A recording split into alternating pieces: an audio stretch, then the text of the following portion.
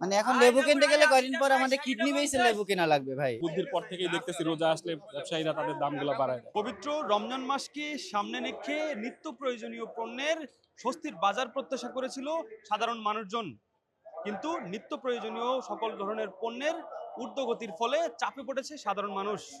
চলুন আমরা সাধারণ মানুষের সাথে কথা বলবো।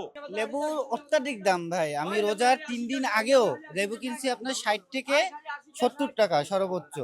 আমার আর রোজার একদিন আগে একদম মানে রোজার যেদিন শুরু হয়েছে সেদিন হইতে আমাদের দাম হচ্ছে যে 120 থেকে 150 টাকা পর্যন্ত, ভালোটা যেটা আমরা লেবু খাই। অত্যাধিক দাম হইছে যে আমাদের সাধ্যের বাইরে এটা এখন।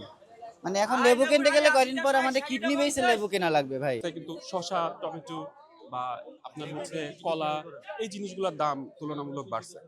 রোজা আসার আগে যেরকম ছিল শসার দাম বা টমেটো, কলা, এই জিনিসগুলোর দাম যেরকম ছিল তার থেকে অনেকটাই বাড়ছে। এই রমজান বলে না, এরকম আমরা মানে বড় হওয়ার বুদ্ধির পর থেকেই দেখতেছি রোজা আসলে ব্যবসায়ীরা তাদের দামগুলো বাড়ায় দেয়। কালকে কালকে ছিল 80 টাকা, আজকে হচ্ছে 60 টাকা, 20 টাকা কমছে, কিন্তু সাপ্লাই প্রচুর। এই লেবু আমরা কিনি 80 টাকা ডজন, সেখানে আজকে হালি চলে গেছে। এই অবস্থা, এইটা আসলে ব্যবসায়ীদের নিয়ে এত এত দাম বাড়ার কোনো কারণই নাই, একদম সোনার দাম হয়ে গেছে। এই কিছু কিছু জিনিসের দাম কম আছে, কিছু দাম বেশি আছে। এই মরিচ নিলাম 200 টাকা, ভালোটা কি এক নাম্বারটা, আর একটু কম আছে।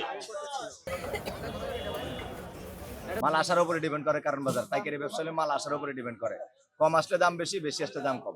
আজকে অনেক মাল আসছে, কারণ দাম কমছে। না না, সিন্ডিকেট না, মাল উৎপাদন হিসেবে দাম। আসার বিষয় হলে দাম, মাল বেশি আসলে দাম কম, কম আসলে দাম বেশি। নতুন সরকার দায়িত্ব নেওয়ার পরপরই রমজানের শুরুতেই দেখা গিয়েছে বাজারের মূল্য বৃদ্ধি। এটি সংশয় তুলেছে ভোক্তাদের নিকট। এখন দেখার বিষয় কত দ্রুত ও কার্যকরী পদক্ষেপ নেয় এই নতুন সরকার, এমনটি প্রত্যাশা সাধারণ মানুষের। রাজধানীর কারওয়ান বাজার থেকে সোহাইব রহমান, আগামীর সময়।